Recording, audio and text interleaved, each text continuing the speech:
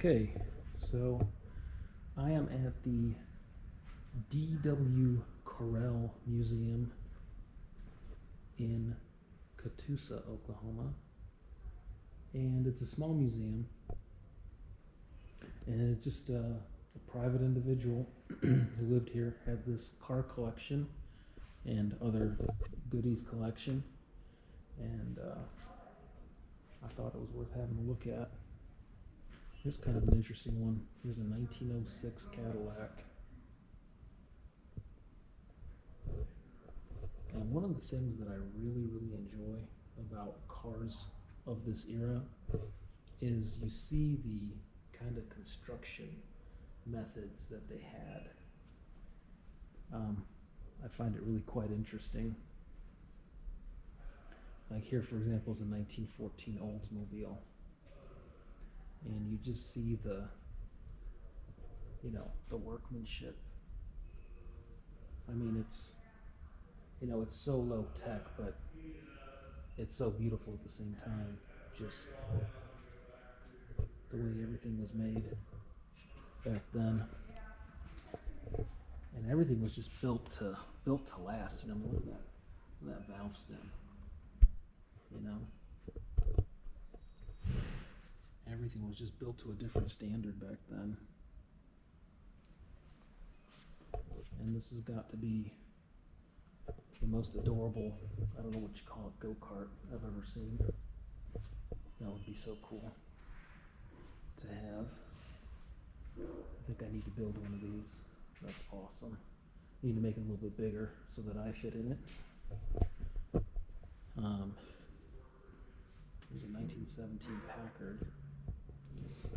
A lot of people don't know that Packard was really the premier luxury car builder of the up until like the 30s. Well, probably even past that, but a Packard was like an ultra premium vehicle of its time.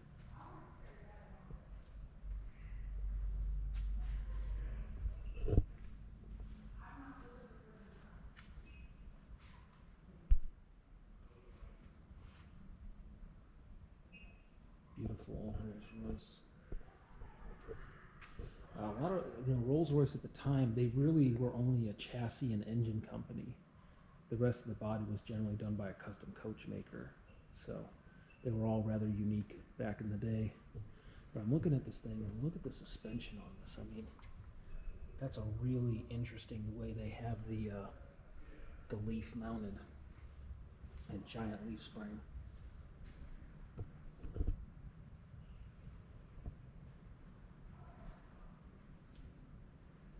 Stutz was another pretty premium brand back in the day.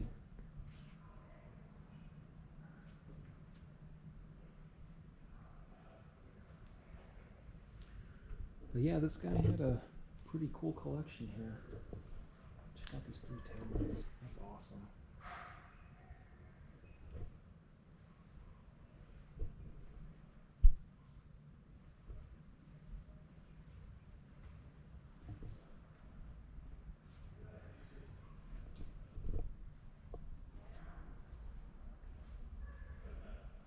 I really like these little museums because I'm the only one in here. There's some museum staff here, but I'm the only one here. And it's nice to be able to enjoy stuff like this just without a crowd around you.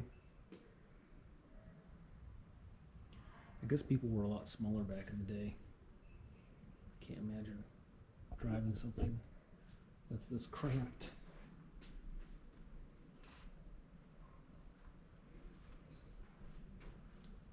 I don't know who this character is, but he looks very suspect. Check out these old pumps. Old tire pumps. So yeah, this museum doesn't really have like a real theme to it. It's just somebody's personal collection of stuff.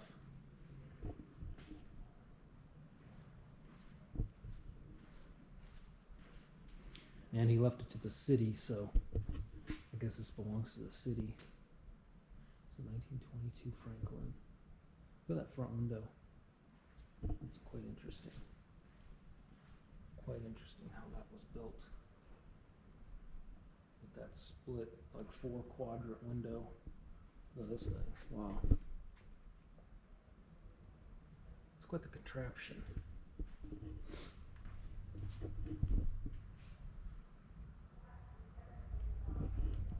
You see, back in the day, back in the 19-teens and 20s, they didn't have the casting technology to build engines basically out of one giant block. So when you see these old giant engines, they're all bolted together, like each cylinder has its own sleeve.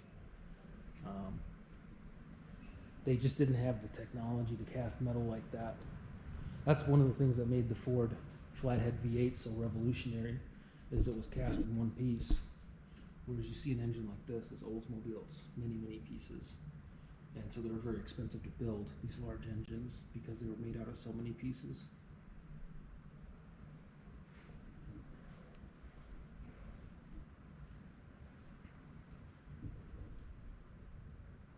It's quite the hat there.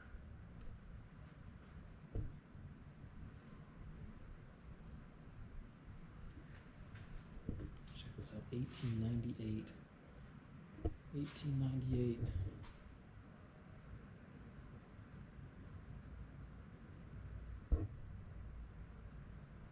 $600 brand new. Of course, you didn't get much, did you? I think this is steam powered.